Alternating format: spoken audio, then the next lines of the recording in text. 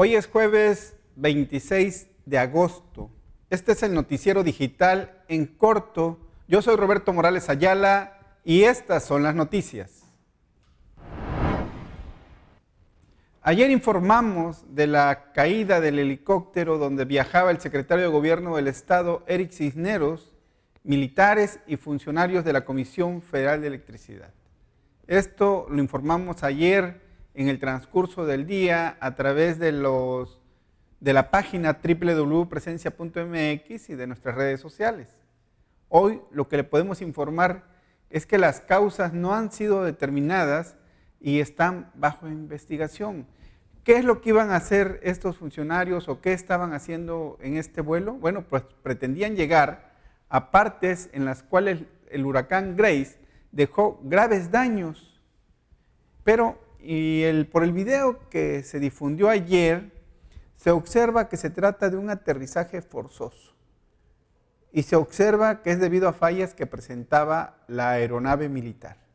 Hay que mencionar que momentos antes el presidente había cancelado el sobrevuelo que había anunciado realizaría a la zona siniestrada para observar personalmente los daños provocados por el huracán.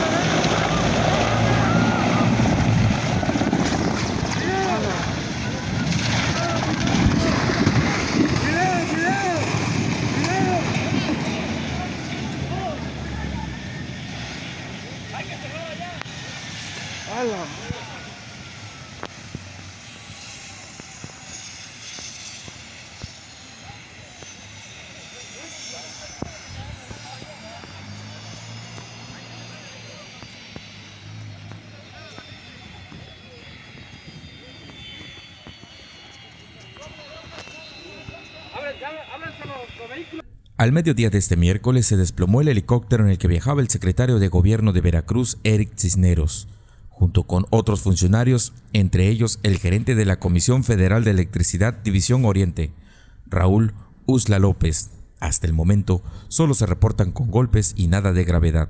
El percance ocurrió en Agua Blanca, Iturbide, Hidalgo, cuando el funcionario y al menos otras 6 personas más sobrevolaban zonas afectadas por el huracán Grace. En un video que fue dado a conocer ayer por la tarde tras el accidente, se logra ver cómo el helicóptero de la Secretaría de Marina Armada de México sufrió un percance en el aire, justo cuando pretendía aterrizar en un campo habilitado como helipuerto. La aeronave vira sin control hasta que cayó. En su paso también dañó un autobús que pasaba por el lugar. Tras la caída, habitantes y policías que ya esperaban a los funcionarios en tierra, de inmediato acudieron al auxilio, sacando del helicóptero a los tripulantes, entre ellos el funcionario estatal. El gobernador de Veracruz, Cuitláhuac García Jiménez, informó que Cisneros Burgos se dirigía por aire a zonas afectadas en la zona Huasteca Baja, tratando de alcanzar por aire puntos inaccesibles de la sierra. Cabe mencionar que estaba programado un sobrevuelo del presidente Andrés Manuel López Obrador en la zona norte del estado. Sin embargo, por la recomendación de las autoridades, se canceló ante las inclemencias del tiempo. Para En Corto, Armando Serrano. Mire, realmente trágico pudo haber sido este accidente para quienes ocupaban esta nave. Ya en un comunicado, la Secretaría de Marina especifica que se trataba de 20 personas. Pero observan ustedes en el video. Digo, ¿cuándo se iba a imaginar esta persona que conducía un microbús que iba a chocar con un helicóptero? Y que no sabemos cuántas personas viajaban en ese microbús, pero a punto estuvo de caerle completamente encima el helicóptero. Todavía lo alcanza a impactar y todavía se ve que le acelera el microbusero y a punto estuvo de golpearle de lleno con la cola del helicóptero. Y miren ustedes que encontramos una entrevista, una breve conversación que una reportera del portal de noticias síntesis.com.mx realiza con un elemento de la Secretaría de Marina, el cual viajaba en este helicóptero y le da algunas declaraciones a esta reportera. Agradecemos a síntesis.com.mx por habernos aportado este material. Ahorita la cuarta ambulancia que vino fue la que trajo, creo, un médico. Ajá. ¿Usted venía? ¿Eh? ¿Usted venía? Sí, él es el que está lesionado la pierna. ¿Cuántos tripulantes venían? ¿Cuántas personas venían? Exactamente. Como unos 15. ¿15 personas? 15. 15. ¿Dos están relativamente bien? No, uno se llevó al hospital. Uno se le lo rajaron la llevaron. cabeza. Ok. Oiga, ¿y qué fue lo que sucedió el accidente? Ahí sí, no se ve decir, hija. Yo no, lo único que sé es que caí vivo.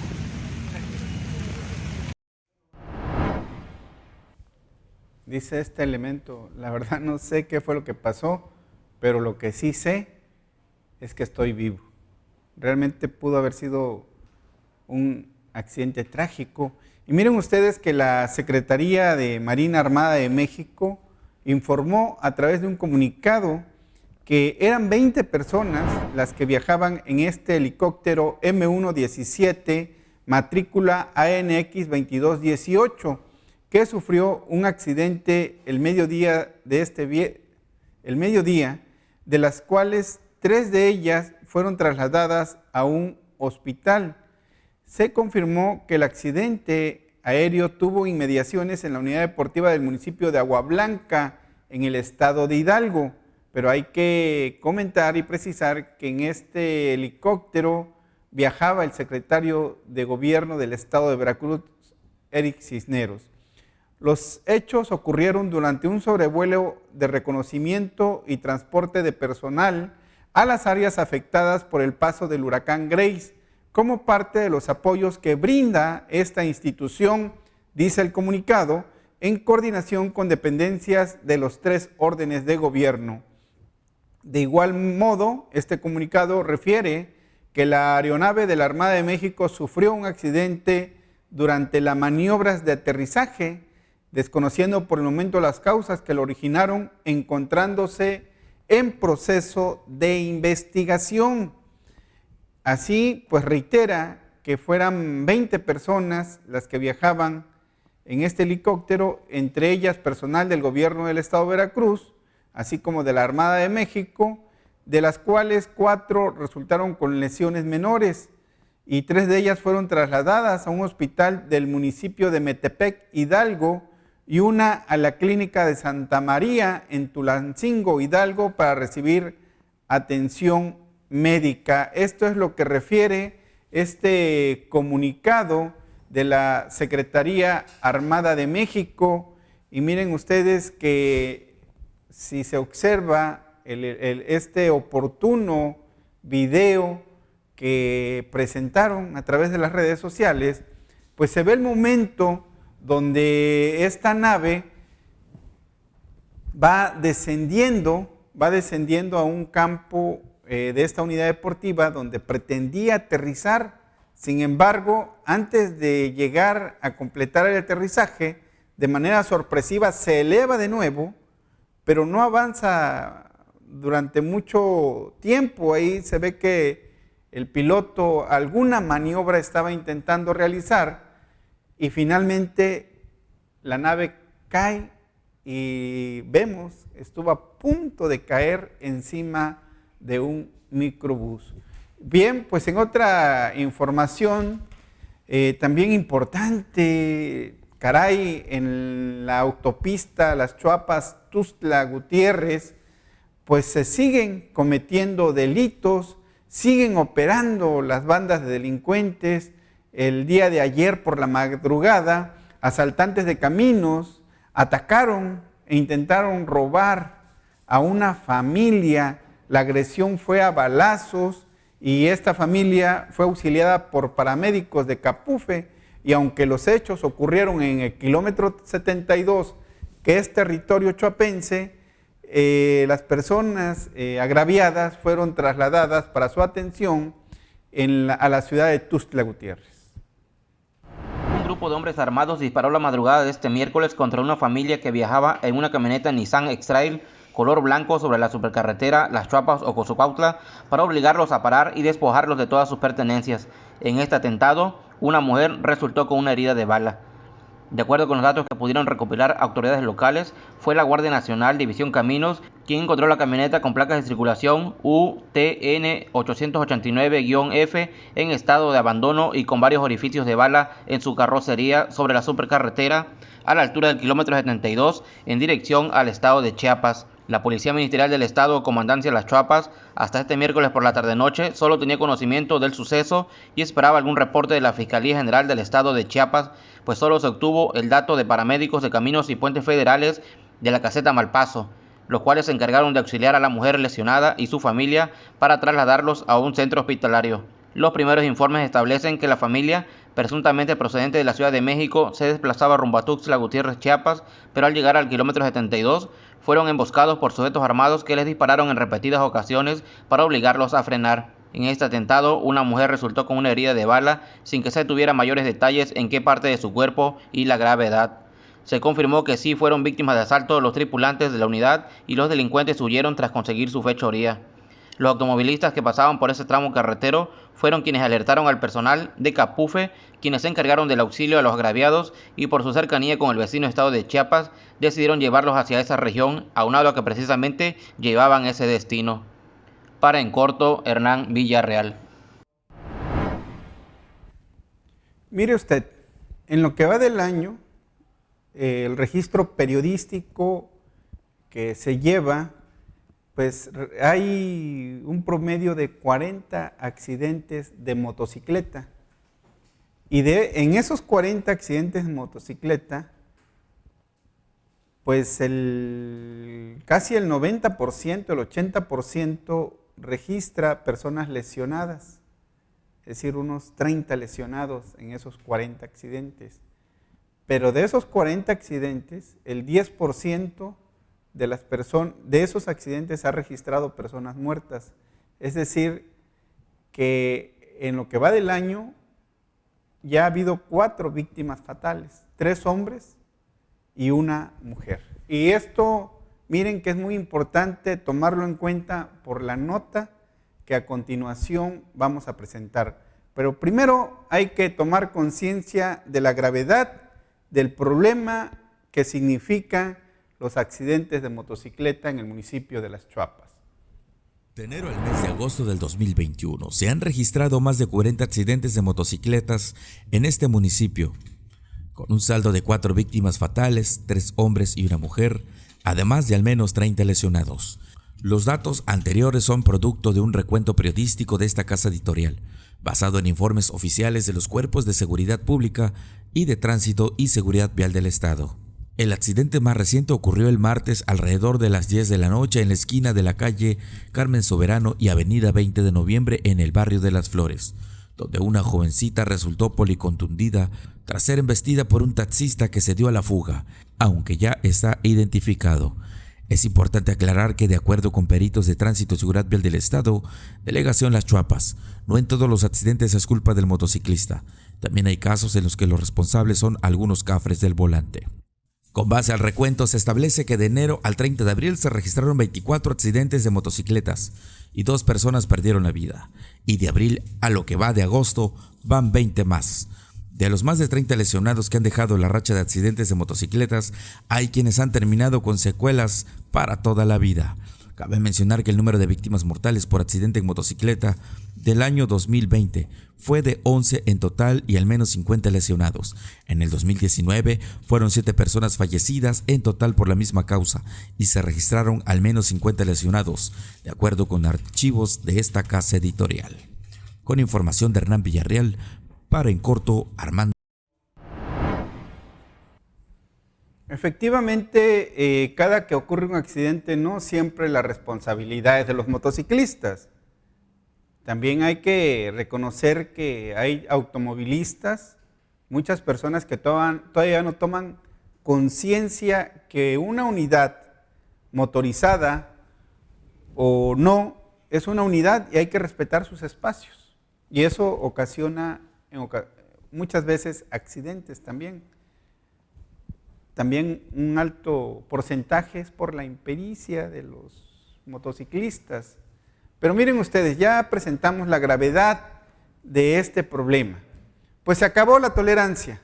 Se acabó la tolerancia a motociclistas que no utilizan el casco protector, y para evitar más muertes y lesiones graves, la Delegación de Tránsito Local a cargo de Abimael Pérez Cruz decidió que a partir de ayer mismo, se acabaran los operativos de concientización y se empezaran a cobrar, a aplicar las multas, a aplicar la ley por la cual podrían pagar hasta 1,450 pesos las personas que no utilicen el casco protector.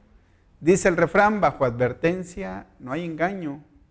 Y una recomendación a usted si es motociclista y mire que no le va a gustar lo que voy a decir. Si los agentes viales lo intervienen, no se ponga altanero, mucho menos grosero. Recuerde que el día de hoy el ultraje a la autoridad es un delito grave en Veracruz. Muy polémico, quizás, pero muy cierto. Así que hay que respetar a la autoridad, porque el ultraje a la autoridad además amerita cárcel. Cumplamos, es por nuestra propia seguridad, por la seguridad de los demás y por la seguridad de nuestra familia, porque muchas veces no tenemos la menor idea de lo que cuestan los servicios médicos después de un accidente de esta naturaleza. Veamos la información.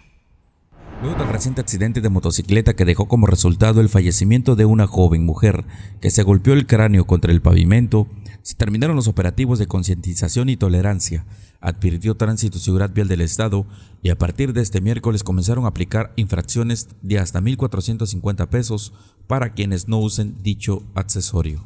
Delegado de Tránsito Abimael Pérez Cruz manifestó que no se trata de perjudicar a nadie, sino más bien es con el afán de salvarles la vida a motociclistas en caso de accidentarse. Desafortunadamente, por mucho tiempo se les ha tolerado y se les concientiza en cada operativo al uso del casco de seguridad, pero hacen caso omiso. De ahora en adelante, un agente de tránsito podrá parar al motociclista que note sin su casco de seguridad en cualquier vía de circulación y le aplicará la infracción como lo estipula el reglamento de tránsito, ya que no habrá más tolerancia y esperan que de esta manera los chiapenses que hacen uso de este tipo de vehículos tomen conciencia. Este miércoles en la avenida 20 de noviembre, en el centro de la ciudad, se infraccionó cuando menos a una decena de motociclistas que no traían su casco de seguridad y se les advirtió que esta vez es la multa que ronda en los 1,450 pesos, aunque si pagan a tiempo, Hacienda del Estado hace un descuento. Para la próxima, si ya son reincidentes, la multa puede ser mayor o se la retendrá la unidad. Con información de Hernán Villarreal, para En Corto, Armando Serrano. Ayer nos explicaban que si el conductor de la unidad motorizada trae sus reglamentos, valga la redundancia, en regla, trae sus documentos en regla, la unidad no le va a ser decomisada. Se le va a aplicar la multa y tendrá que pagarla ante Hacienda del Estado. Sin embargo, pues también hay que saber que el reglamento establece que para circular en las unidades, pues deben de traer la documentación, como es la tarjeta de circulación, la licencia de conducir, comprobar la propiedad del vehículo. No sabemos ahí si van a aplicar cierto tipo de tolerancia, porque miren, habrá que ver, y yo creo que habría que un porcentaje de cada 10 motocicletas, cuántas están debidamente en regla. Ese también es otro tema. Sin embargo, si una persona es intervenida por no traer casco, si trae sus documentos en regla, solamente le van a expedir su respectiva multa. Y miren ustedes, vamos a agradecer a saludos y a algunas personas de las que nos están viendo, a Felipe García Almeida, a Gregorio Ramírez, a Raquel Ramos, a Modesto Maldonado, Rosario Ábalos Nil, Josué Velázquez, Silvia Sánchez, Laura Moreno, Yair Méndez, Juana Martínez y varias personas que nos están acompañando, lo cual agradecemos mucho. Les agradecemos también que compartan este video. Francisco Romero menciona, por las imágenes parece que lo salvó a todos fue la pericia del piloto. Mirna Fernández Rodríguez, efectivamente impresionante, estuvo a punto de caer este helicóptero en ese camión que pasaba por ahí y no sabemos cuántas personas viajaban en ese camión. Afortunadamente esa tragedia no pasó. Y a Comedor Sacrificio les agradecemos mucho, a Israel Piñón, a Carmen Chalón, Arly Cobi, Patricia de Los Ángeles, Olga Toledo, Concepción Pérez, a Clorito Naranjos, a nuestro amigo Felipe le mandamos muchos saludos, Inocente Jiménez, Graviel Izquierdo de la Cruz, y así a muchas personas. Por cierto, les comento, Felipe Naranjos, Clorito Naranjos, tiene un local establecido aquí en la prolongación de la calle Miguel Hidalgo. Si usted necesita desinfectantes para las superficies o gel o necesita caretas, ellos venden ese tipo de productos. Están aquí en prolongación de la calle Miguel Hidalgo, un poco antes de llegar a Teléfonos de México. Y miren, otra información, recordemos que el día de ayer un taxista fue detenido por llevar a bordo de su unidad a migrantes. Fue detenido por elementos de la Guardia Nacional, acusado de tráfico de personas, un delito grave. Pues hablamos con la esposa de este taxista, Alejandro N., y pues ella denuncia que cuando vio a su pareja era visible que presentaba huellas de golpes y lesiones en su cuerpo, por lo que presume haya sido torturado. La esposa del taxista Alejandro N., quien fue detenido por elementos de la Guardia Nacional acusado de tráfico de personas, denunció que su pareja fue torturado por elementos federales. Sí. El elemento de manera me dice, retírate, aquí no tenemos a ningún taxista, no detuvimos a nadie. Me presenté a la corporación de la policía municipal, muy amablemente un elemento me brinda la información de que ellos en un operativo estaban y que vieron cuando un elemento de la Guardia Nacional traía el taxi de mi esposo. Sí. Y en la patrulla traían a mi esposo. Pero me refieren que lo detuvieron a las 10, no como a las 4 como marcan. Son muchas irregularidades. Yo ayer no tenía comunicación con él, en todo el transcurso del día no supe dónde estaba, anduve a las vueltas, nadie me daba informe. Sí. Hasta ayer que recibí una llamada de un desconocido, aproximadamente a las 12:30 del día, diciéndome que hablaban de la Fiscalía General de la República, del Consejo de la Ciudad de Coatzacoalcos, que tenían detenido a mi esposo por presunto pollero. Sí. Cuando en ese momento pues yo me preocupé a cómo pude conseguir los medios para trasladarme a la ciudad de Coatzacoalcos. Voy y checo su situación, cómo estaba. Me mandan unos elementos de la Fiscalía General de la República, se portaron muy amablemente, vinieron a ver una situación. Yo en ese momento no me encontraba, los recibe mi mamá y ven las situaciones precarias en las que vivimos. Sí. Hasta los mismos oficiales admiraron que cómo va a ser pollero si es una casa de gobierno y las condiciones son humildes. Sí. Que eso se era una arbitrariedad. Me presenté pidiéndome documentación, un abogado defensor de ahí de la Fiscalía me hizo un trámite, me pasaron a verlo de visita. Él llorando me suplica que yo lo saque porque teme por su vida. ¿Cómo lo encontraste tú? Porque finalmente te dejan verlo allá en Coatzacoalcos donde está detenido. El cargo es presunto pollero. ¿Cómo lo encuentras tú a él físicamente? Físicamente lo encuentro mal, psicológicamente también. Él tiene miedo, dice que teme por su vida y que lo vayan a matar porque lo torturaron. Se alza su camisa, sí. Tiene golpes en su estómago, tiene hematomas en toda esta parte de aquí de su cuerpo. Sí. En sus brazos tiene como quemadas, como si algo le hicieron aquí, todos sus dos brazos. Se refiere que le duelen las costillas. El defensor jurídico me pregunta de una manera que ya cuando me lo había dicho como que se quiere retractar, diciéndome que si mi esposo tenía quebrada su cadera. Yo le dije que no, que él no había tenido ningún accidente, que por qué me lo decía, que porque se quejaba de dolor. Yo le dije, pero qué raro. Entonces ha de ser por el cambio de clima. Yo quedé con esa duda. Me volví a meter a preguntarle y me dijo que le había comentado que él se sentía mal, que le faltaba el aire para respirar, de los derivados de que no puede respirar muy bien por el golpe. Sí. Yo le pasé comida y no pudo comer porque tiraba bolitas de sangre. Sí. Pues la verdad, psicológicamente está mal y físicamente está mal. Para En Corto, Alex Casarín.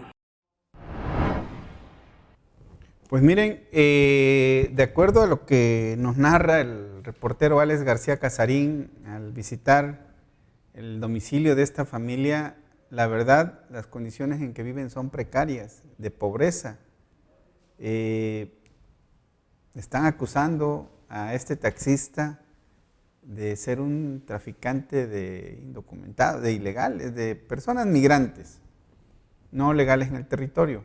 No, que no están de manera legal, por así decirlo. Es muy confuso porque la verdad las leyes mexicanas dicen que para entrar a territorio nacional no necesitaban documentos, había esa libertad.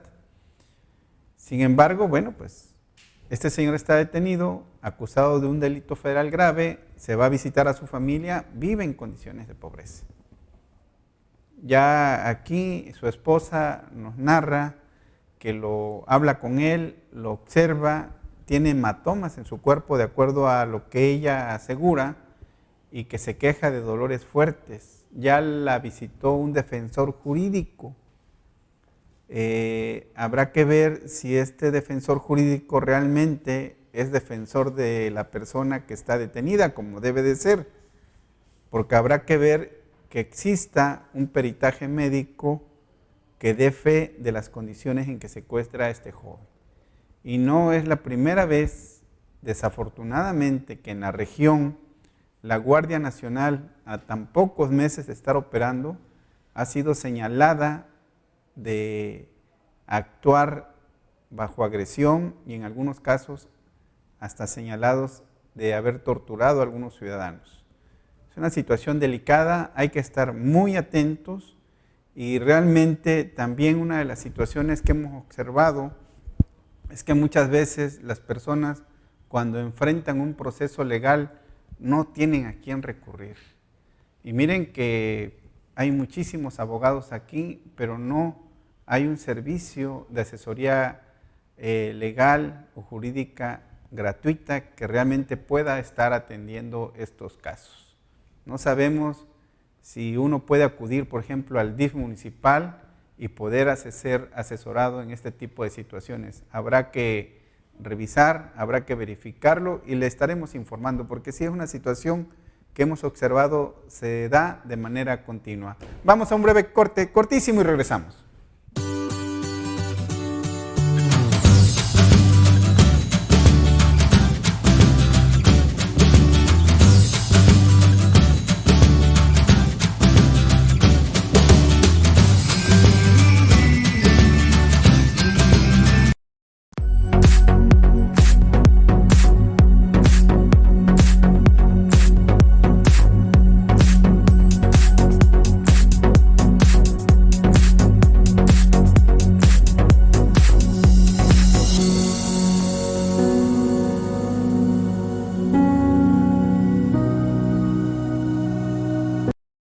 Mini Super La Chimbomba.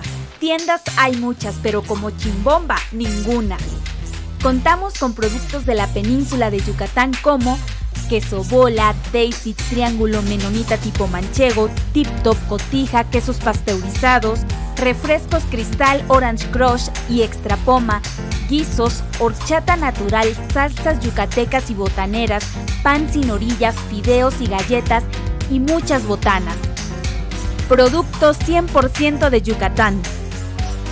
Te esperamos en Revolución Sin Número entre calle Minatitlán y Belén, Colonia Campo Nuevo.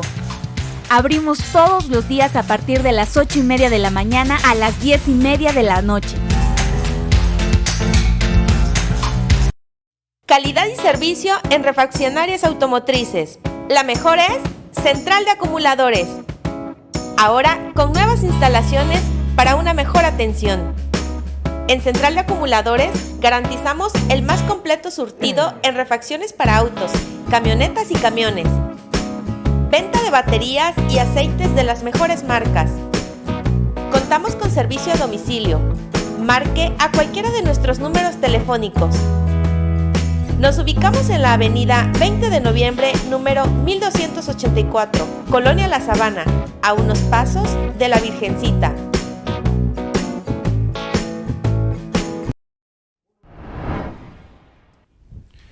Un aproximado a la realidad en el número de casos de contagios de COVID-19 en la localidad lo ofrecen los datos que proporcionan los laboratorios, porque las cifras oficiales llevan un conteo que además de desfasado resulta bastante irregular. De esto nos habla la siguiente información. Químico Oscar Orlando Méndez Calvo de Laboratorios Biogen. Esta mañana pues queremos entrevistarle respecto a la tercera ola desde su perspectiva, químico. ¿La situación en el municipio de Las Chapas está aumentando o está disminuyendo de acuerdo a los casos que usted ha recibido en su laboratorio? Hola, ¿qué tal? Buenos días. Ha aumentado las cifras que nosotros manejamos. Lo que es la última quincena de junio, nosotros empezamos a observar que empiezan a llegarnos los casos y en 15 días nosotros realizamos 47 pruebas, de las cuales 11 salen positivos a COVID. En julio esto aumenta, y estamos hablando de que aumenta los casos positivos 5 veces más, puesto que de 194 pruebas que se realizaron en todo el mes de julio, tuvimos 56 casos positivos. Sí. Pero en agosto, esto de plano, o sea, la tercera ola, lo que va del día 1 al día 20 de agosto, que fue cuando hicimos el cierre, tenemos 274 pruebas aplicadas y 183 casos positivos. Estamos hablando de más del 50%, un 60-70% aproximado de casos positivos. Anteriormente en las olas decías que si tú te infectabas pasabas a infectar a 4 o 5 personas. Ahorita el índice es de que si tú te infectas pasas a infectar hasta 10 personas. Entonces esta tercera ola, esta nueva cepa es una cepa muy infecciosa. Por más que uno intenta cuidarse, realmente el cuidado no lo podemos controlar. O sea, termina infectando, por más que teniendo a uno positivo en casa, es un hecho que toda la familia termina siendo positivo. En este caso estaríamos hablando de la variante Delta. Así es. La variante Delta, ¿por qué es tan infecciosa? Esto pues realmente lo desconocemos, no sabemos si es porque realmente no estamos tomando las medidas necesarias o porque no se están haciendo las pruebas correctas. Además de que creo que a comparación del año pasado, el año pasado existía más control. En el caso de aquí de Las Chapas se cerraba el centro, no permitían que niños anduvieran en calle. En el caso del mercado estaba un poco más controlado. Ahorita realmente ya no existe ese control, no existe ese filtro. O sea, mucha gente anda sin cubrebocas en la calle y se lo pone solo si en el lugar se lo piden, ¿no? Sí. Entonces creo que el hecho de que nos hemos aflojado en esa parte, no hemos realmente tomado las medidas como lo hicimos el año pasado, es lo que está haciendo que la variante sea más infecciosa todavía. Bueno, pues aquí este profesional de los análisis clínicos pues hace la referencia en relación a que esta tercera ola está impactando muy fuerte y hace la observación de que no se están aplicando las restricciones. Eso ya lo hemos mencionado. Hay más libertad. Es la nueva normalidad. Sin embargo, desgraciadamente, muchos la relajan al extremo, como observamos el día de ayer, porque no es explicable el hecho de que un centro o un antro tenga abiertas sus puertas y haya esa aglomeración de personas en las cuales definitivamente es muy fácil que se registren contagios. Y miren ustedes, en Aguadulce la Policía Municipal se encuentra bajo la responsabilidad de la Secretaría de Seguridad Pública. Ahora, coincidencia con el regreso a la toma del Poder Municipal de Sergio Guzmán Ricardes, quien también es diputado local electo, se registraron cambios de mandos en esa corporación. De forma sorpresiva, en días pasados se llevó a cabo el cambio de mandos de la Policía Municipal, dependencia que está bajo el control de la Secretaría de Seguridad Pública, misma que asignó a un nuevo encargado y comandantes. El anterior comandante fue reasignado como mando en otras áreas de la corporación, siendo desde principios de semana que ya despachan en este municipio un nuevo mando, de quien hasta el momento se desconocen su nombre y trayectoria. Es importante recordar que a diferencia de lo que ocurre en la Policía Municipal de otras localidades de la región, en Aguadulce el mando no tiene permitido dar declaraciones oficiales o entrevistas a medios de comunicación. Así también toda la información es controlada por la Secretaría y la Delegación de la Policía Estatal de Las Chuapas, además de que también hay una base de operaciones de la corporación en Aguadulce, así como de la Fuerza Civil, cada una con un mando independiente entre sí. Durante el año y 4 meses que el anterior mando estuvo al frente de la corporación en Aguadulce, logró disminuir las cifras de delitos de alto impacto, principalmente el homicidio, así como otros delitos como la extorsión, el robo a negocios y el robo de automóviles. Con información de Aguadulce para En Corto, Alfredo Santiago. La calle es vía pública y nadie tiene derecho sobre ella, aunque se encuentre enfrente de su casa o establecimiento comercial. Pero por ignorancia o abuso hay ciudadanos que no lo entienden o no les interesa respetar el derecho de todos, por lo que incurren en una falta al reglamento de vialidad. En Aguadulce, el reportero Alfredo Santiago nos habla en relación a este tema. En el centro de la ciudad, los comerciantes acostumbran a apartar lugares de estacionamiento en la calle principal, siendo un problema que también ocurre en comercios cercanos al primer cuadro de la ciudad donde se ubica el Palacio Municipal. Así lo señalaron algunas personas que llegaron al Palacio de Gobierno local para realizar trámites, encontrándose con la sorpresa de que al intentar estacionarse en un espacio que parecía vacío, ese estaba apartado con cubetas de pintura. Los inconformes, quienes son ciudadanos de esta ciudad, consideran que en los alrededores del palacio no hay muchos lugares donde estacionarse en ciertos horarios, siendo hasta la zona del sindicato o detrás del parque donde tienen que dejar sus vehículos. Por esa razón consideran injusto que particulares se adueñen de los espacios, pues si se les permite, más adelante otros negocios harán lo mismo con justa razón y habrá menos lugares para los vehículos de las personas que llegan a realizar los trámites.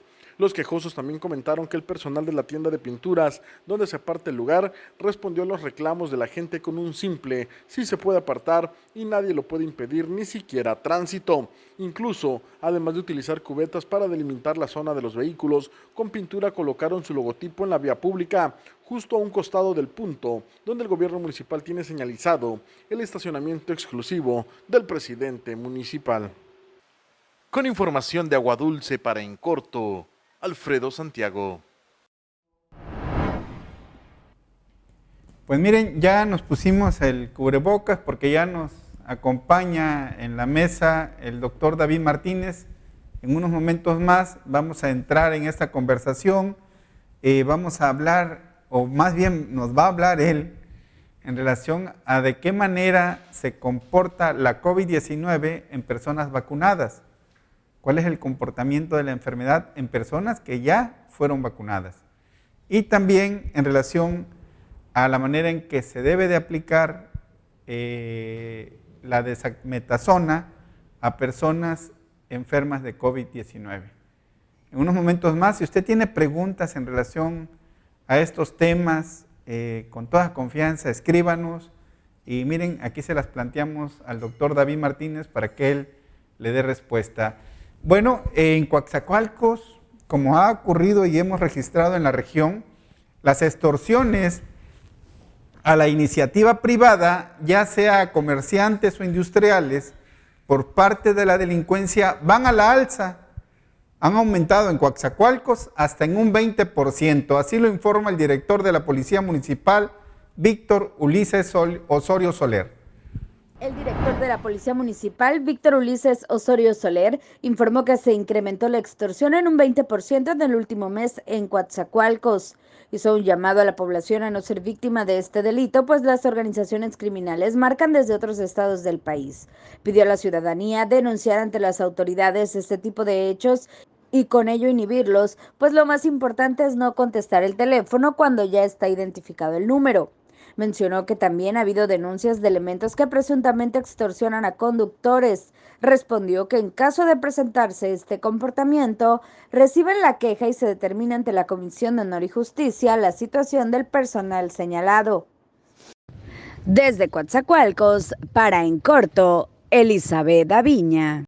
El director de la Policía Municipal, Víctor Ulises. Pues de esta tragedia que ocurrió en la plataforma petrolera Q-Alfa, pues hubo varias víctimas, entre ellas una de la vecina ciudad de Minatitlán, natal de esa ciudad, el trabajador Jair Mandujano.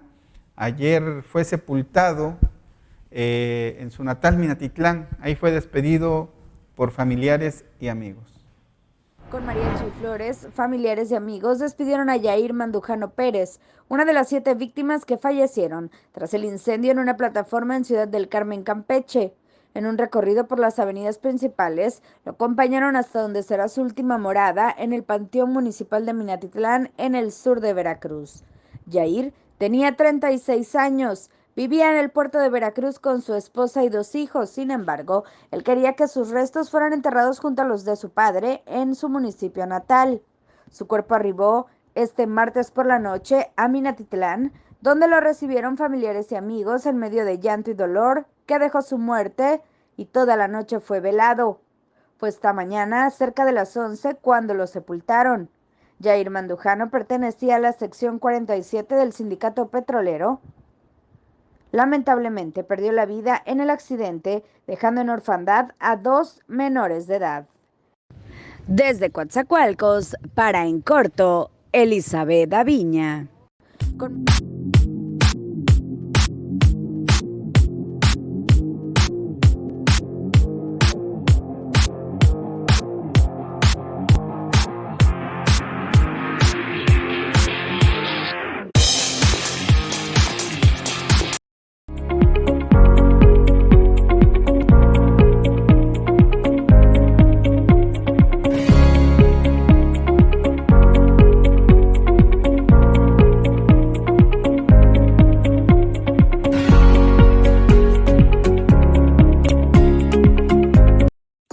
Óptica Vázquez, desde 1980 sirviendo a tu salud visual.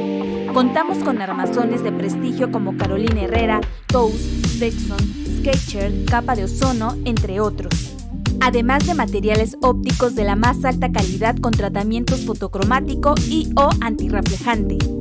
Filtros especiales como Blu-ray en diferentes diseños, visión sencilla, bifocales y progresivo, para uso común e industrial. Contamos con sistema de apartado. Nos ubicamos en Boulevard Antonio M. Quirasco, número 204, Colonia Reforma, frente a la Escuela Artículo 123 y en Río Plaza, local número 8, planta baja. Con horario de lunes a viernes de 9 de la mañana a 6 de la tarde y sábados de 9 de la mañana a 4 de la tarde en horario corrido. Informes al número 923-128-8561.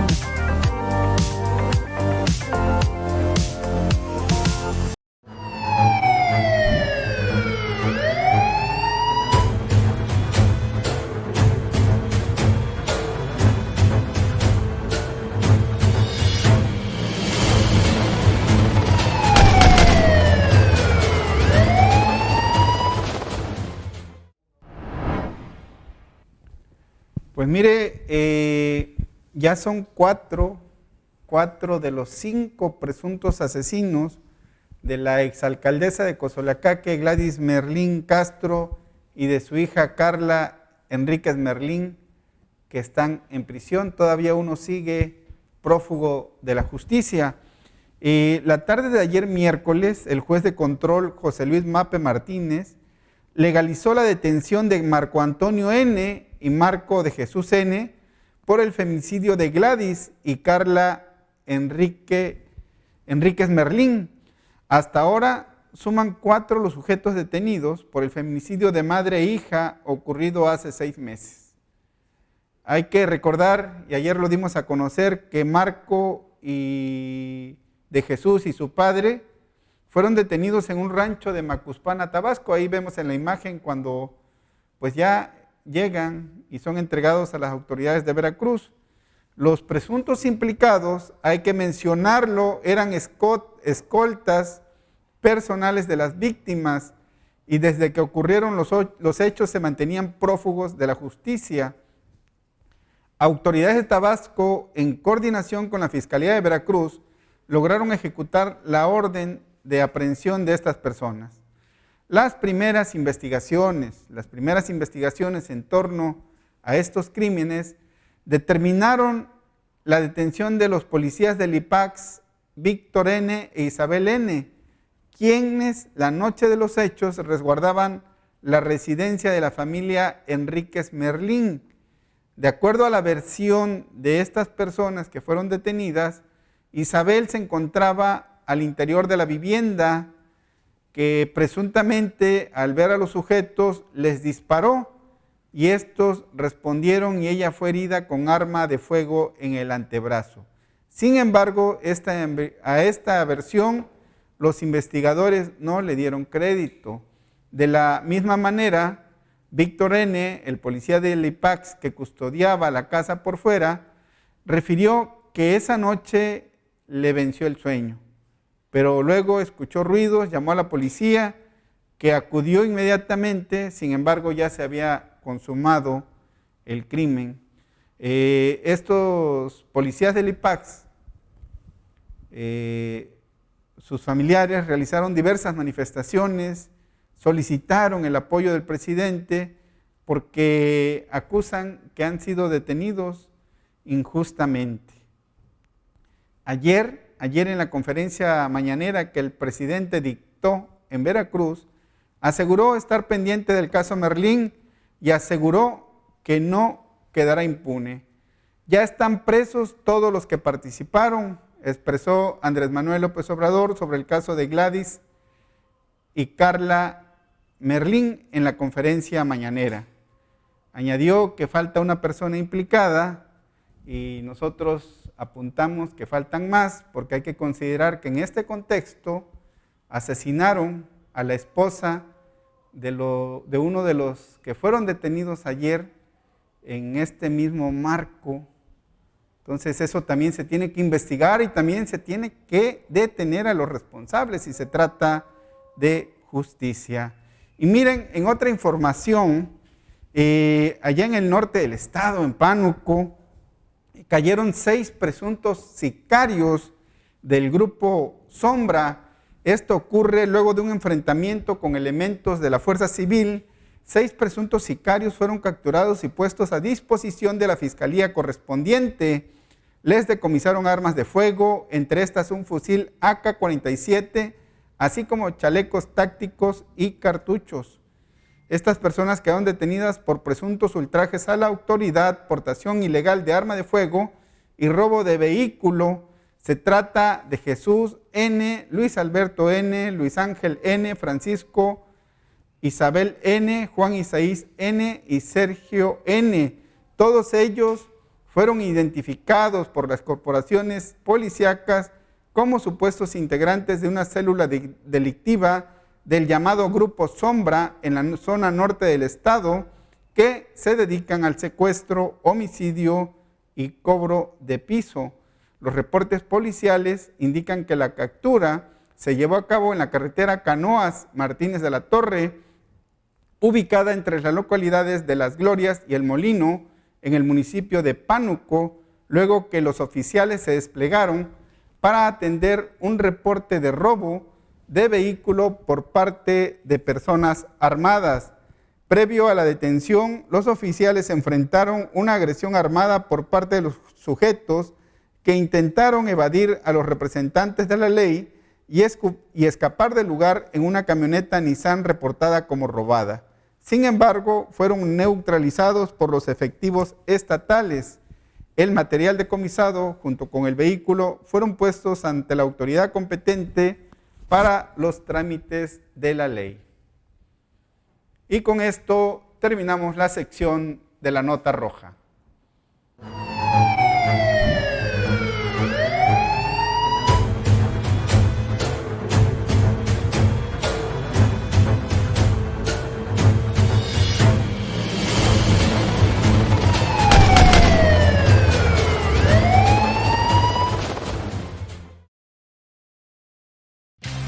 Super La Chimbomba. Tiendas hay muchas, pero como Chimbomba, ninguna. Contamos con productos de la península de Yucatán como queso bola, Daisy, triángulo menonita tipo manchego, Tip Top cotija, quesos pasteurizados, refrescos Cristal, Orange Crush y Extra Poma, guisos, horchata natural, salsas yucatecas y botaneras, pan sin orilla, fideos y galletas y muchas botanas. Productos 100% de Yucatán. Te esperamos en Revolución Sin Número entre calle Minatitlán y Belén, Colonia Campo Nuevo. Abrimos todos los días a partir de las 8:30 de la mañana a las 10:30 de la noche.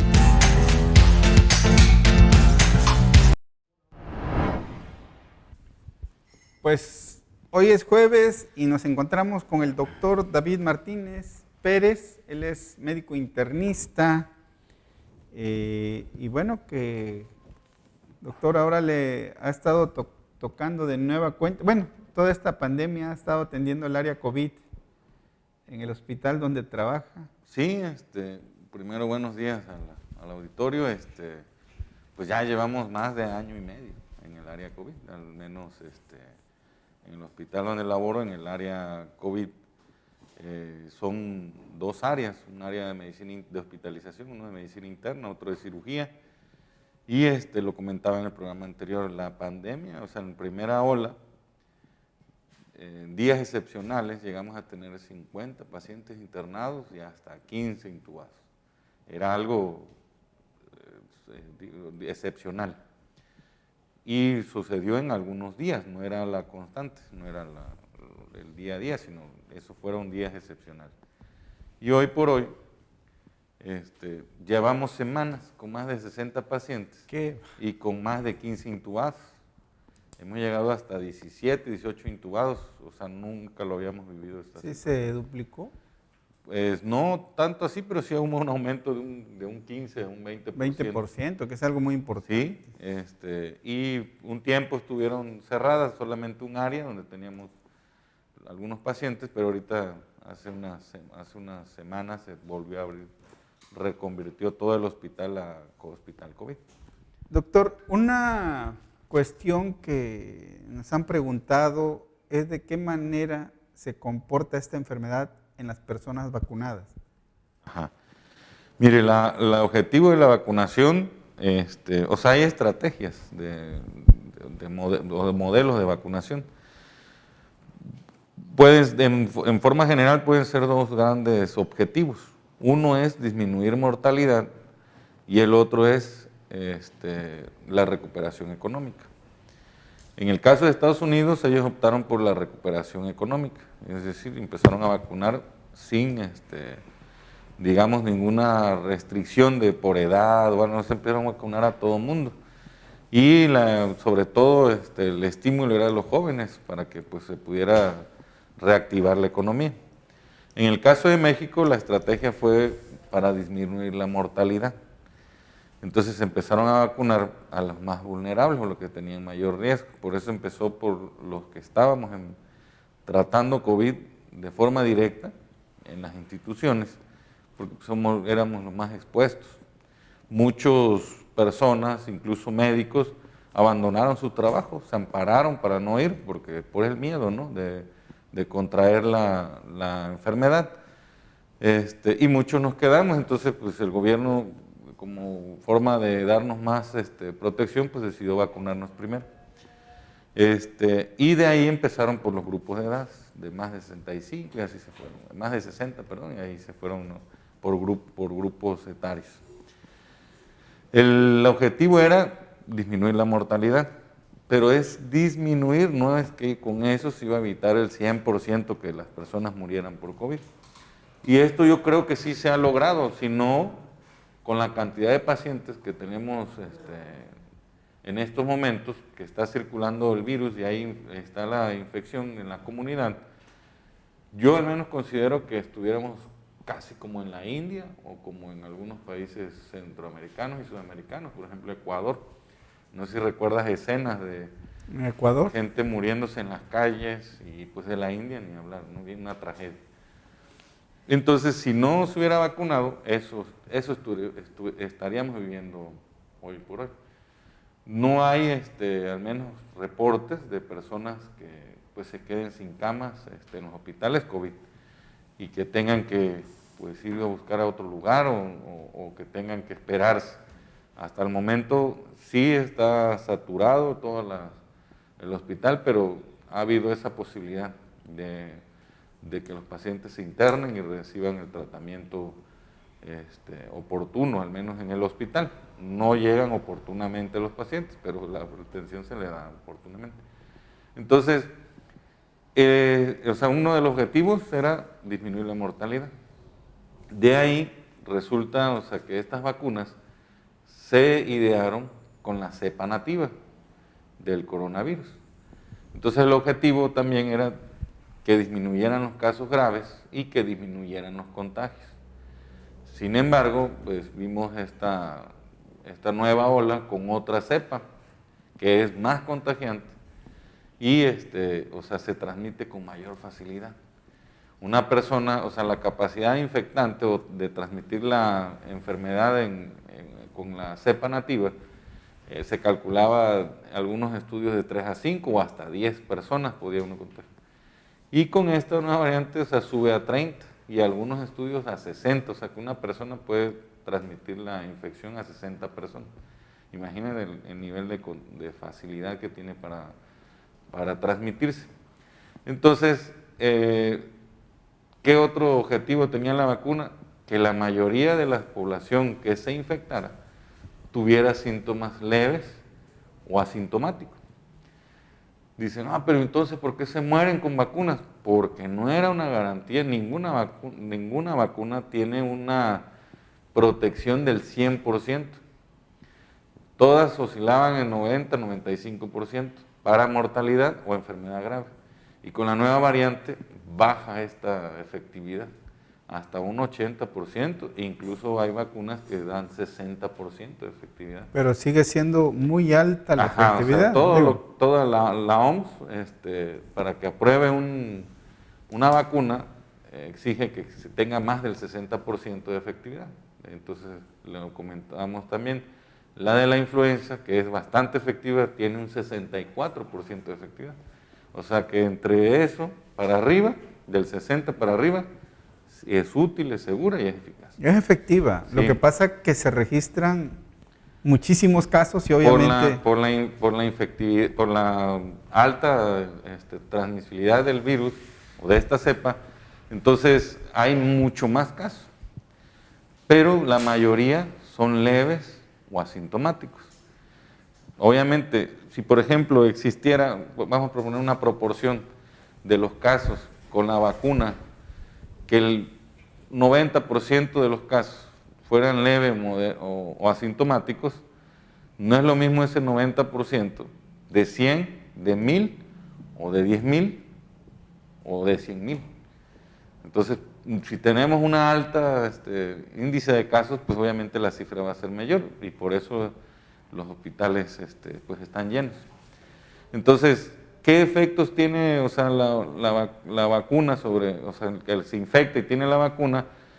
Resumiendo, primero, que la mayoría de la población le dé síntomas leves o les dé asintomáticos. Lo segundo, que sea muy baja el índice de pacientes o la cantidad de pacientes que tengan enfermedad grave o que fallezcan. Insisten las personas a través de que le dijeron, que escuchó, que esto, que lo otro, de que los vacunados están muriendo. No es así. En los hospitales, obviamente el hospital no es toda la población que tiene infectado, porque hay muchos que mueren en casa, pero es una buena muestra pues, de lo que está pasando en la epidemia. El 80%, hasta el 90% en algunos hospitales, de los internados, que son moderados o graves, que tienen COVID moderado o grave, 80 a 90% son pacientes no vacunados. Hay que insistir en esto porque es dura la infodemia, o sea, prefieren las personas a veces creer lo que ven en alguna publicación a lo que tiene sustento científico. Sí. Y insisten, nos han hecho la pregunta, ¿y por qué se están muriendo? Pues sí se mueren, pero son los menos. Oiga, y es que hay charlatanes que se presentan como especialistas y presentan videos y, sí, mira, eso y hablan de una manera son expertos, dicen, en COVID. Realmente no existe el experto en COVID porque día a día está saliendo información. Hay que tener mucho cuidado. Sí, yo pero creo que hay quien así es su forma de comercializarse, pues. Doctor, en una publicación que yo considero que hay seriedad, hacía una recomendación en cuanto mencionaban que había que estar muy atento a la oxigenación, que los malestares, la gripa, la tos seca, la pérdida de olfato, temperatura, que los malestares obviamente que eran parte de la enfermedad en algunos casos, pero lo que era realmente importante o lo que es realmente importante es estar muy atento a la oxigenación. Y recomendaba un ejercicio que era respirar profundamente 5 ocasiones sin quitarse el oxímetro y después de ese ejercicio vigilar si la oxigenación bajaba o subía. Si subía, significaba que se estaba oxigenando bien. Si baja, había que estar atentos. Sí, mira, Roberto, ¿es correcto este ejercicio? Mira, hay ningún ejercicio de tipo hay hasta algunas, para los pacientes que están en domicilio, hay unas técnicas para saber si tiene compromiso respiratorio o no. Existen muchos, pero ninguno ha sido ideado para el COVID porque ese es nuevo. El virus, o sea, es una pandemia de un virus nuevo, del virus del SARS-CoV-2.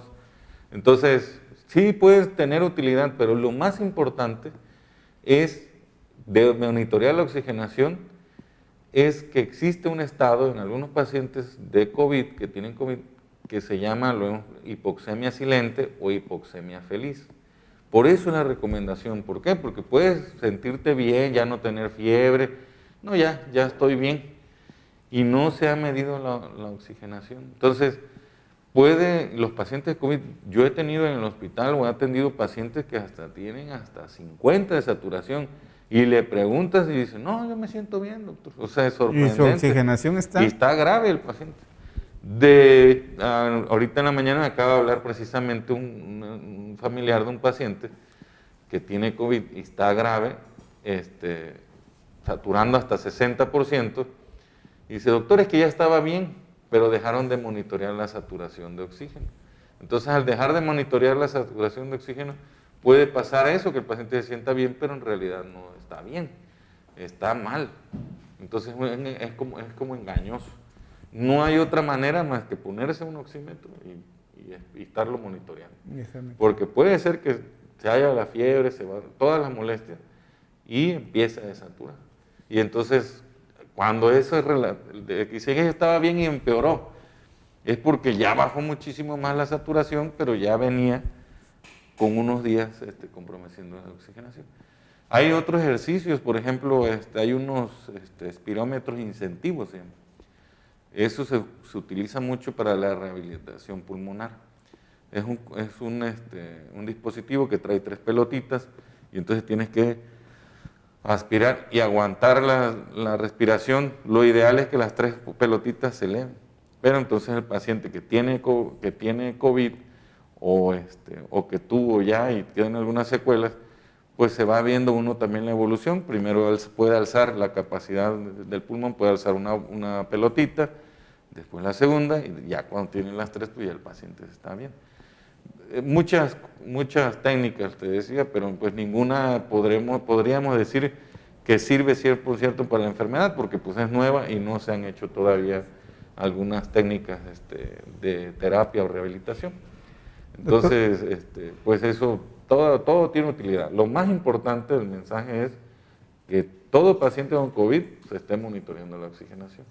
Es la Doctor, y otro tema también que es muy importante es el uso de medicamentos. Hace poco publicamos en el periódico que en las farmacias se está dando el fenómeno de que están abarrotadas y mucha gente está llegando a comprar medicamentos para COVID, pero sin receta médica. Hay automedicación. Y de hecho se mencionó en el caso de la ivermectina, que es algo que no está recomendado para el tratamiento de COVID. Y hay un medicamento que luego la gente busca y la quiere aplicar a modo propio. Y hay que tener mucho cuidado, que se trata de la dexametasona. Sí, así es. Mira, hay un estudio del año pasado, se llama Recovery. En ese estudio se demostró que el uso de la dexametasona a 6 miligramos por 10 días en los pacientes que están utilizando oxígeno disminuía la posibilidad de intubación y disminuía la mortalidad, o sea, los pacientes, incluso el tiempo de hospitalización. Ese estudio fue el boom, porque en un principio, por el mismo, la fisiopatología de la enfermedad de COVID-19, sí era lógico y tenía sustento el uso de esteroides o corticosteroides. Entonces lo empezamos a usar. Después sale una alerta de la OMS de que no los usáramos, que era hasta peligroso. Y todo el mundo, pues la comunidad médica, bueno, pero pues si es en la etapa que llegan los pacientes al hospital, es la etapa donde tu respuesta inmunológica te está haciendo más daño que beneficio. Les explicaba yo en el programa anterior, el COVID tiene una primera etapa donde el virus se está replicando y es una lucha entre la replicación del virus y el sistema inmunológico. Los esteroides, o el caso de la dexametasona y otros esteroides, son inmunodepresores. ¿Qué quiere decir eso? Que disminuyen las defensas. Entonces, si está la batalla entre el virus y las defensas de uno, y pone uno dexametasona en ese momento, pues obviamente la balanza se va a inclinar hacia el virus y entonces va a ocasionar más daño. En la segunda etapa aparece la neumonía como consecuencia a veces de esta situación de usar esteroides en un momento que no es útil y al contrario, perjudicial. Y de ahí viene la etapa donde ya el virus ya ni está, pero tu respuesta inmunológica se quedó, digamos, muy elevado o sigue elevándose. Ya no hay el virus con el que pelea, pero siguen las defensas, siguen elevándose y da ese estado de hiperinflamación. Ahí es donde es útil la dexametasona. ¿Y cómo lo podemos saber que está empezando eso? Cuando el paciente empieza a necesitar oxígeno, ya estamos hablando de que tiene neumonía y ya la inflamación está, digamos, aumentada y es donde se debe usar. Si lo usas antes, lo que va a pasar es que el virus la carga viral, o sea, la cantidad de virus que tenemos en el cuerpo, pues va a aumentar y tiene más posibilidades de que lleguemos a eso, para que entiendan la población. Lo decíamos, la pelea de dos personas, uno es el virus y uno es el sistema inmunológico. Y están peleándose y llega la dexametasona y sepárense y va y lo agarra de los brazos. Y a la defensa. Acá. Entonces, pues el otro obviamente va a ganar. Entonces después, ya el otro se fue, ya se quedó, pero como decimos, se quedó caliente el sistema inmunológico y está más enojado y pues aumenta. Eso pasa ya en las etapas de COVID moderado o severo. Entonces, mal indicar, porque también Roberto, o sea, la gente se automedica, es una realidad, no debe de hacerlo. Pero también hay médicos que indican dexametasona desde los inicios. Y eso está muy mal, está muy mal. Y lo hacen con frecuencia. ¿Por qué pasa esto? Ya he podido detectar porque he visto a veces las recetas, las copian, las mandan por WhatsApp y las mandan a todo el mundo. Entonces, a lo mejor algunos indicamos dexametasona porque están en etapas moderadas o severas, pero alguien que lo ve, no, pues lo mismo, con eso salió. No, y hasta lo toman como preventivo, ¿no? Así es, y así es. Entonces, lo que pueden hacerse es daño. Y los médicos que prescriben eso, pues deben de tener cuidado. Hay que leer las etapas de la enfermedad, qué tratamientos son indicados en cada etapa para no hacer iatrogenia, que es daño. Uno de los principios bioéticos de la medicina es no hacer daño. Y desgraciadamente, pues existe todavía pacientes que llevan 1 o 2 días y los ves inyectándose, ya llegan a uno ya después de los 10 días, complicado, con el uso de dexametasona desde los inicios, ¿no? Entonces es algo muy lamentable. Y lo peor, pues también la gente que se automedique, o sea, no es... Tiene que tener su indicación precisa, pero para poder indicarlo, tiene uno que conocer la enfermedad, o lo que se sabe de la enfermedad. Y ese estudio que te comento, pues quedó muy claro que eran los pacientes que tenían necesidad de oxígeno. Y ahí se puede empezar. Es como el alarma que nos dice, no, ya ponle esteroides. Y también demostró que ponerlos antes aumentaba la mortalidad y aumentaba la hospitalización. Entonces hay que tener mucho cuidado, no nada más la población, a los médicos que indican esteroides, deben de saber en qué momento. Si no, pues están haciendo daño, ¿eh? Hay que tener mucho cuidado y creo que a nosotros que no sabemos de medicina, es el saber que debemos informarnos de manera adecuada nos ayuda para cuando tenemos que recurrir a un médico, porque Sí. algo muy grave es cuando un médico lo prescribe de manera errónea. O sea, sí es una tragedia, ¿no? Híjoles, y ya. que después vengan los pacientes al especialista después de 10 días con neumonía o complicados ya con un estado de hiperinflamación o tormenta de citocina, como se comúnmente dentro del ámbito médico, y ya llegan con nosotros y ya se desencadenó esto y ya es muy peligroso. También ahí en el estudio Recovery se demostró que el uso de tocilizumab en el estado de hiperinflamación, que hay que demostrarlo con algunos estudios de laboratorio, disminuía la mortalidad, pero hay que ponerlo en el momento adecuado. ¿Qué pasa, Roberto? A veces nos llegan a los especialistas con 15 días, 16 días después, o hasta 20 días después, con problemas ya de secuelas. Ya una de las consecuencias del COVID es fibrosis, que generalmente ocupa en su mayoría la base de los pulmones, de los 2 lados. Entonces ya hasta fuera de ese tratamiento están por el tiempo y pues a veces se les aplica a uno como medida heroica, o sea, como última posibilidad ya para poder hacer algo por el paciente. Pero pues es muy lastimoso porque lo ves y ya te llegan ya desde el primer día le pusieron Dexa, el segundo día, tercer día y no está indicado en esos momentos. Pues mire qué importante e interesante han sido estos temas, doctor. De acuerdo a la experiencia que ha ido usted adquiriendo en estos días, a manera de conclusión, cuando menos en este programa, ¿qué podría recomendarle a la audiencia? Pues siempre acudir con su médico. O sea, ante cualquier síntoma es mejor que sea revisado el médico, que se monitoricen, aunque sean casos leves, la oxigenación. El paciente que tiene COVID con síntomas debe de dormir boca abajo. El paciente que tiene oxígeno debe estar la mayor parte del tiempo boca abajo. A veces he escuchado algunos comentarios de que si es una cama especial o eso, nada de eso. Es la cama, obviamente del hospital, la que exista. Imagínate si nos ponemos no, que camas eléctricas, imagínate si nos pusiéramos, no lo voy a pronar porque no tengo una cama eléctrica. No tiene ningún fundamento. Y existen muchísimos estudios, eso sí está demostradísimo, que la pronación, o sea, pronación es acostarse boca abajo, tiene efectividad.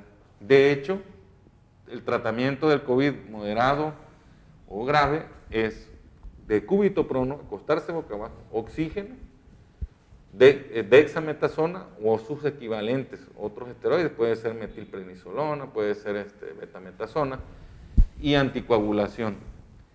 Eso es, o sea, ya de ahí lo demás, pues en el caso de, otra cuestión que también es importante, el antibiótico, todos le ponen antibiótico, es un virus, el antibiótico no va a tener ningún efecto sobre el virus, y sí puede tener complicaciones también, porque al ponerte un antibiótico donde no tienes infección, también nosotros tenemos bacterias que son parte de nuestra flora normal, o sea, y al borrarlo, pues hay gérmenes, bacterias que son oportunistas. O sea, existe una bacteria que mantiene el equilibrio sobre otra y sobre el cuerpo.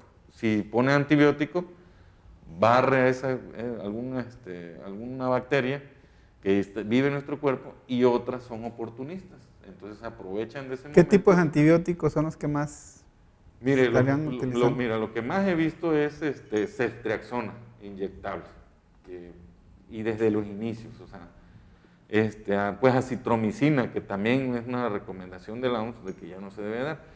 En el caso de la acitromicina, fíjate, es bien curioso porque la indicábamos, incluso en un servidor, porque es un inmunorregulador, o sea, no se indicaba como antibiótico, sino se indicaba con un esquema que es para regular tu inmunidad.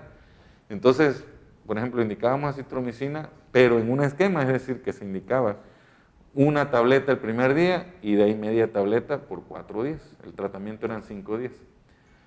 Pero ahí viene la interpretación, veían muchos, está usando acitromicina el doctor. Una diaria, una cada 8 horas, o sea, porque es un antibiótico. Y no era en ese su efecto. Es un antibiótico, pero su efecto era buscar la regulación inmunológica. Pero bueno, ya definitivamente, incluso está prohibido por la OMS. O sea, son de los que no están recomendados.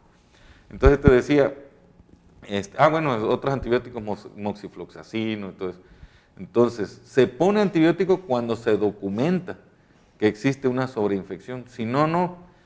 De ahí en fuera, antipiréticos y ya, o sea, no el tratamiento del COVID, ya fuera de pronarlo, acostarlo boca abajo, oxígeno, anticoagulación y esteroides, todo lo demás es invento. Así te lo digo, invento, es un invento. Si demuestras infección, un antibiótico. Y obviamente si tiene fiebre, dolor, pues analgésicos y antipiréticos. De ahí en fuera, nada más. Y en la etapa de hiperinflamación se usa precisamente unos mediadores de la inflamación, inhiben algunas proteínas, que es el tocilizumab. Por eso te hacía el comentario, porque en este estudio quedó demostrado. De ahí en fuera, Roberto, todo lo demás es invento, casi como que le pongas medicamentos, casi como que le dieras ivermectina, dióxido de cloro, té de acuyo, ¿no? Todo lo que usa la gente, ¿no? O sea, doctor, una pregunta. Perdón, porque eso sí también dejarlo claro. La anticoagulación se usa también en los pacientes, así como la dexametasona en los pacientes moderados y severos. He encontrado pacientes que le ponen enoxaparina, que vale alrededor, por ejemplo, de 1,000 pesos en pacientes leves. O sea, de por sí todo lo que contrae tener coronavirus, los gastos de medicamentos, honorarios médicos, y desde el inicio, casi como automático, anticoagulación. No, también está bien demostrado que en los pacientes leves no necesitan anticoagulación, ni aspirina, ni nada de esas cosas, porque no les va a dar trombosis. Los moderados sí, y los someten a un gasto innecesario, y pues la verdad que no de necesidad, cuando pudieran invertir todo ese dinero, por ejemplo, en el oxígeno, que ya ves que tan caro y difícil está. Una pregunta, doctor. ¿Sí? Lidia Velasco menciona, algunos especialistas están dando para prevenir. ¿Existe realmente algo para prevenir la infección o la enfermedad del COVID-19? Claro. Baratísimo, y casi regalado. Sana distancia, cubrebocas, lavarse las manos. ¿Medicamentos? Y la vacuna, que es gratis. La vacuna. ¿Medicamentos? No. Y no creo que un especialista diga que le va a dar esto para que prevenga, porque pues no, el que esté expuesto, el que no use sus medidas de seguridad, pues no, va a ser Hay que tener mucho cuidado, porque digo, como se trata también de vender. A veces pues, se cae en eso, ¿no? En la mercantilización de la medicina. Y entonces, te digo, lo someten a un tratamiento, 6, 7 medicamentos, cuando es un paciente leve. Ese paciente le pongas, le quites, le des agua sola, le des té de no sé qué, ese paciente va a evolucionar bien. Entonces le someten a un montón de medicamentos, dexametasona, enoxaparina, por ejemplo el Xarelto, perdón por decir la marca, los otros anticoagulantes orales, los más comerciales son 2, no bajan de 1,000 pesos una cajita. Entonces súmale eso, súmale la Dexa, pues realmente es barata, pero eso, honorario, y no lo amerita. Aquí en cierto hospital, no sé si les llegó un suministro de anticoagulantes orales, que a todos le están, todo el que llega, es que no debe ser COVID, y le dan anticoagulante oral. O sea, eso es una barbaridad. Además, los anticoagulantes orales, si presentan, o sea, te predisponen al sangrado y no lo ameritas, entonces ahí se pueden meter hasta en un problema legal. Porque si sangran, el antídoto para esos anticoagulantes orales es súper carísimo y no lo hay. Entonces, si haces un pedido hasta la farmacéutica, si te va a llegar pero al tercer día, cuando mucho, y lo sometiste a un sangrado sin necesidad. Entonces, hasta en un problema legal, pero están así, o sea, parece que le dijeron, acábense con el medicamento y todo el que llega, estás muy mal, muy mal. Fíjese que precisamente digo, realmente, y esto que voy a comentar, es cuando uno percibe que no hay la mala intención. No, claro. Hay la preocupación, por ejemplo, pues yo estuve aislado porque y hubo amigos muy cercanos que se enteraron que yo estaba positivo de COVID. Afortunadamente, pues yo no necesité de ningún medicamento porque el único síntoma fue la pérdida del olfato por unos días. Y fuera de eso, más que la verdad que sí, lo compartaba yo, se deprime uno, ¿no? Se deprime uno y estaba hasta tan deprimido que me mandé a comprar un pastel para celebrar ya. Pero bueno, pero hubo amigos muy bien intencionados que me hablaron, oye, tómate esto, mira esto. Sí, para... o sea, es decir, sí, pero es que me dijo el doctor que nada, yo sí, o sea, mira, no tengo problemas. No se trata de que alguien, ni tampoco los médicos, lo hagan a esto que comento por hacerle daño a nadie, sino muchas veces pues no tener el conocimiento, mala información. Pero nadie, o sea, ningún médico, y estoy totalmente seguro de eso, se levanta por la mañana y piensa a ver quién se va a fregar hoy. No, hombre, eso son cuestiones, digamos, de no actualización, de pues no leer un poquito más, pero pues obviamente no es malintencionado. Igual alguien que pues te diga, oye, tómate dióxido de cloro, tampoco lo hace deseándote que te quemes el esófago, que te dé insuficiencia hepática, nada. O sea, lo hace porque pues alguien le dijo y pues vio, o alguien lo tomó, le funcionó supuestamente y ya lo anda recomendando. Muchas cosas que tienen un efecto placebo que se dan en los COVID leve, ya después lo recomiendo. Obviamente, pues es que eso me salvó. Es decir, iba a evolucionar bien, o sea, tomara o no tomara agua. Vamos, con mi ejemplo. Yo estoy moderado, muy moderado, leve. No, leve. Casi, pues, casi asintomático. Pero tomo dexametasona, pudiera haber abierto la puerta para que atacara más el virus. Ya entonces, neumonía y... Solo por prescripción médica es lo mejor, y definitivamente tratamientos médicos de medicina, de aplicación de medicamentos para prevenir esta enfermedad, no existen. El mejor tratamiento es gratuito, la sana distancia, el uso de cubreboca y el lavado constante de manos. Doctor, muchísimas gracias. De nada, aquí estamos. Y nos estamos viendo el próximo jueves. Sí, claro que sí. Dios quiere, Dios mediante. Ahí si quieren tratar un tema especial, pues que nos digan. Sí, está abierto los canales, ustedes sugiérannos y aquí los vamos a abordar. Les agradecemos mucho que nos hayan acompañado hoy jueves en esta emisión del noticiero en corto. Recuerde, la decisión es suya. ¡Ánimo!